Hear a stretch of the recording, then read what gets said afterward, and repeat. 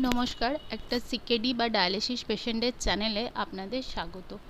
আমি এই চ্যানেলের মাধ্যমে জানাবো যে একটা সিকেডি পেশেন্ট কীভাবে ভালোভাবে তার লাইফটাকে চালিয়ে নিয়ে যেতে পারে।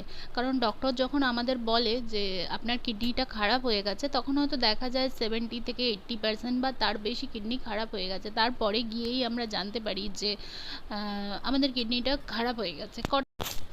যে কথাটা বলছিলাম যে আমাদের মধ্যে এখনও বেশিরভাগ মানুষই আছে যারা হয়তো শরীরটা খারাপ করলে তারপরে গিয়েই আমরা ডাক্তারের কাছে যাই এবং তার কথা মতো কোনো ব্লাড টেস্ট বা কোনো রিপোর্ট করতে দিলে সেগুলো আমরা করাই, কিন্তু আমরা ডেইলি বেসিসে কোনোভাবেই করাই না যে বছরে একবার বা দুবার।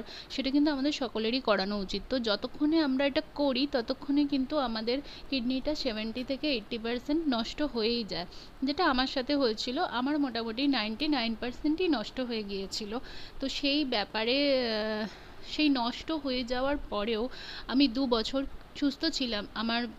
মানে আমার সংসার জীবনে যত রকমের কাজ হয়, আমি একজন গৃহবধূ, বাড়িতে থাকি, আমার ছোট একটা মেয়ে রয়েছে, তাকে দেখাশোনা করা, আমার বয়স্ক শ্বশুর শাশুড়ি হ্যাঁ, যেটা বলছিলাম যে বয়স্ক শ্বশুর শাশুড়ির দেখাশোনা করা, ঘর সংসার সামলানো, সব কিছুই আমি নিজে হাতে করে এসেছিলাম যখন আমার 90% কিডনি খারাপ হয়ে গিয়েছিল। তারপরে আমার কিভাবে মানে আমি আমার লাইফটাকে নিয়ে এখন চলছি, কিভাবে কি করছি, সেই সব বিষয়ে জানানোর জন্যই আমি এই চ্যানেলটা ক্রিয়েট করেছি, যাতে অনেকেরই এখন শোনা যায় যে এরকম কিডনির সমস্যা হয়ে যাচ্ছে। তো অনেকেরই এরকম কিডনির সমস্যা হঠাৎ করে হয়ে যায়, তো জানার তো অনেক কিছুই থাকে। তো সেই সব বিষয়ে যতটুকু আমি জানি অ্যাজ এ পেশেন্ট, আমি সেগুলোই জানাবার চেষ্টা করব।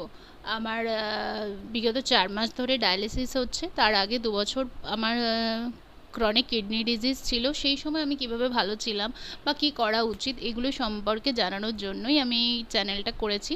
আশা করি আপনারা আমার সাথে থাকবেন, আমাকে সাপোর্ট করবেন।